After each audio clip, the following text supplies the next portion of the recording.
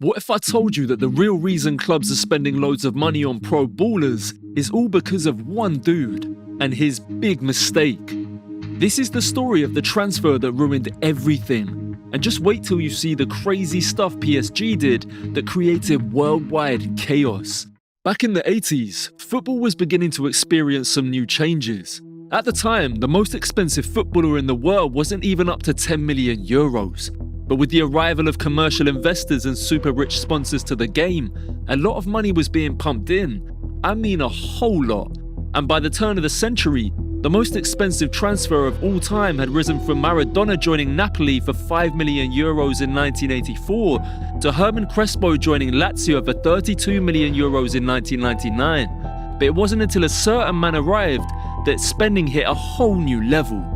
See, when Florentino Perez took over as Madrid president in 2000, he had a plan to make Madrid become the biggest club in the world. And he knew the only way he'd be able to do that was by getting superstar ballers to join the club. The football transfer market was on the rise by this period. But with Perez's arrival, he took it up a notch, and everything skyrocketed.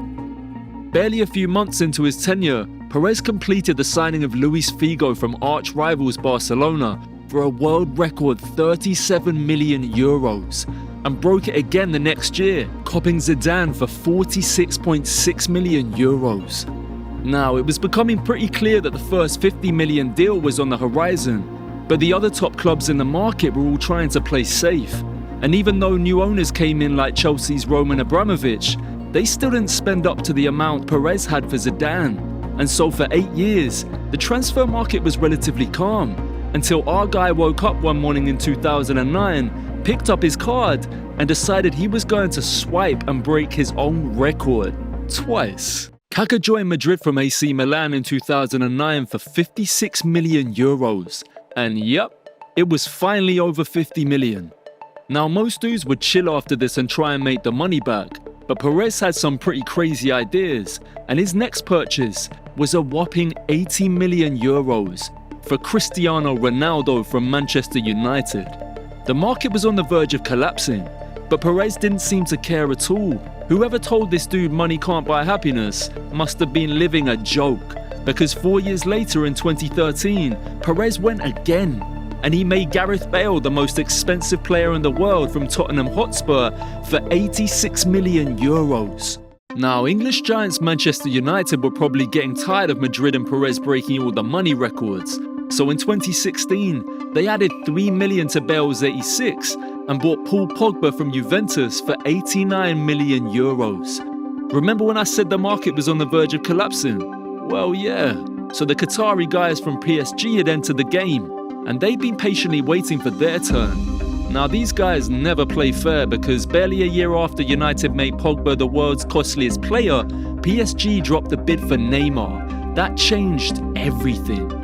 222 million euros. Whoa!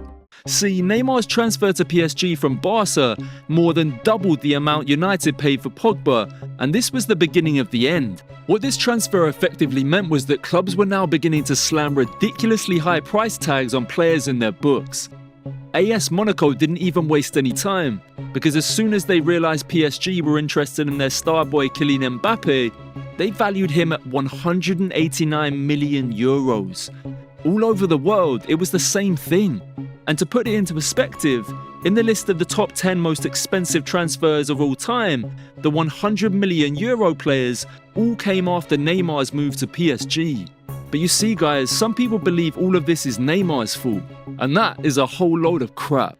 I mean, sure, the dude wanted to leave Barca and get away from Messi's shadow, but what PSG was offering was out of this world. And I can't even blame PSG, because Perez and Madrid started all of this in the first place. The truth is, with inflation going on in sports and a lot of investors funding sports teams with huge paychecks, all of this was bound to happen, but maybe not so soon.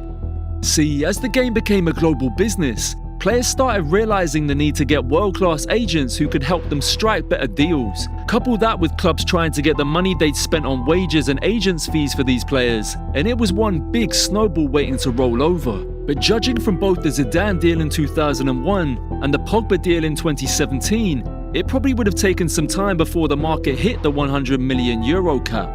But it's really hard to compete with the Asian money, man. These guys have an unlimited hack when it comes to money. And all of this is kind of sad too. With the huge price tags on players, it means clubs are having to cough up serious cash to hit their targets in the market. And some of these dudes just aren't even worth it at all. I mean, no offense, man, but Arsenal's record signing of Nicolas Pepe for 72 million euros. And the guy wasn't even playing for them last year. He was out on loan. Chelsea bought Lukaku back to the bridge for 155 million euros. But after just one season, he went back to Inter on loan. And to make it worse, Chelsea ended up paying for more than half his salary just to cover up the wage bill. Now, lesser teams demand bigger fees for their star players so they can survive in the game. Now, taking all of this back to my boy Neymar in 2017, he was one of the best ballers in the world.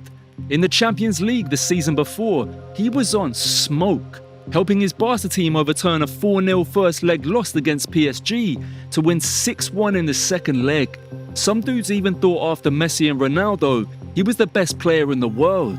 And so if he was ever going to leave, it would have to be mega bucks.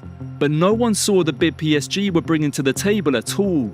So if I'm being completely honest, the Neymar deal had nothing to do with the Brazilian superstar wanting to become the most expensive player of all time. The man just wanted to be the new guy at a new club. PSG kept showing each season that they have an excessive spending power, reviewing Mbappe's contract that's worth 250 million euros over the next 3 years. Incredible. That's the reality, guys. The transfer market was bound to be broken at some point. But the Neymar transfer hit the gas and accelerated everything. Football will never be the same again, and in the coming years, clubs will demand more money for players who aren't worth the price tag. But there is hope. With FIFA and UEFA introducing laws that regulate the number of players that can be bought into a club and the total wage bill, these super spending powers might just have to play fair and take some of the heat off Neymar. I mean, all my boy wants to do is chill out with his family, watch all the videos on this channel and subscribe to it, just like you're about to.